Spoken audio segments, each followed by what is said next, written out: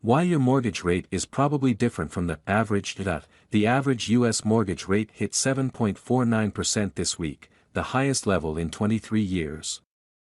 But the rate you may be able to secure from a lender could be very different.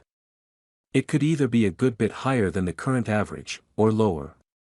It all depends on the financial attributes and risks that you present lenders as a borrower. While average rates in the 2% to 3% range that homebuyers secured over the past few years are not coming back anytime soon, mortgage rates also aren't expected to rival the sky-high rates of the 1980s, which surged to almost 19% amid inflation, but your rate may vary from the published average weekly rates. Here's what goes into determining it: lower risk, lower rate. Your mortgage rate is based on a calculation the lender makes on how likely you are, as a borrower, to pay them back.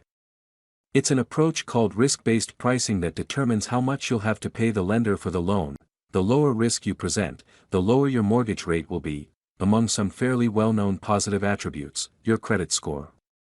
Usually this is your FICO score, but there are other kinds, like a Vantage score used by the credit reporting companies.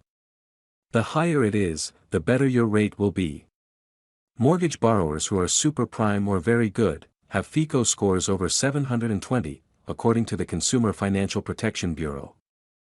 The next level down are prime borrowers with scores between 660 and 719, followed by near prime at 620 to 659. A score under 619 is considered subprime, or deep subprime if the score is under 580.